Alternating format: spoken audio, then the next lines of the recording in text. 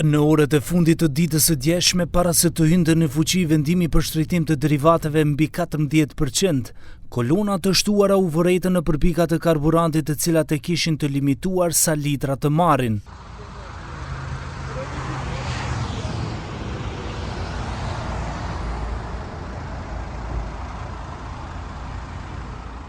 Me dyshimet për fshehje të rezervave të derivateve për të shitur ato me çmime më të shtrejta dhe indicjet për manipulime të konkurrencës jo lojale dhe praktikave të padrejta tregtare, janë vënë mbi 30 subjekte të pikave të karburanteve sipas Inspektoratit Shtetëror të Tregut. Ato do të nënshtrohen inspektimeve më të detajuara dhe nëse konstatohen shkelje ligjore do të ndëshkohen me kohë, tha drejtori Vlatko Stojkovski, sipas të cilit në këto ditët e fundit janë kryer mbi 300 kontrolle inspektimi në përpikat e karburantit.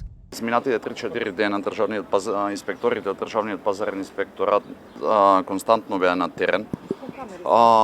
Извършени се над 300 инспекcijski надзори, увидени се дека кај 30 и нешто повеќе бензински има недостиг на гориво, истрошени се нивните резерви.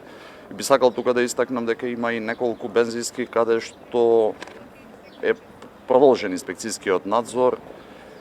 Доколку има прекршување на законот, ќе имаат соодветни мерки согласно закон.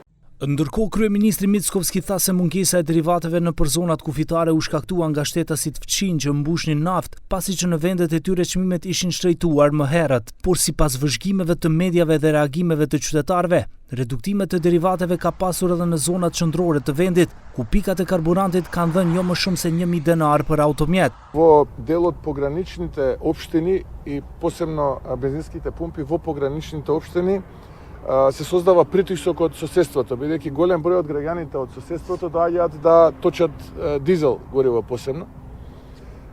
И затоа се случува да на некои бензински пумпи побргу од тоа што е очекувано снема гориво, но тоа брзо се надоместува.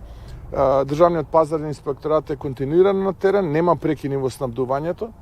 Në Maqedoninë e Veriut 1 litër naftë është €1.39, në Shqipëri nafta është €1.79, në Serbi është €1.73, në Kosovë €1.53 litri naftës, në Greqi €1.59, në Bullgari €1.41 dhe kjo ka bërë që shtetasit fqinj t'ja mësyn vendeve tona për të mbushur naftë, fenomeni i cili në tregun e lirë nuk përbën ndonjë shkelje ligjore, por që ka irrituar qytetarët tanë të cilët prisnin radhë të gjata për naftë.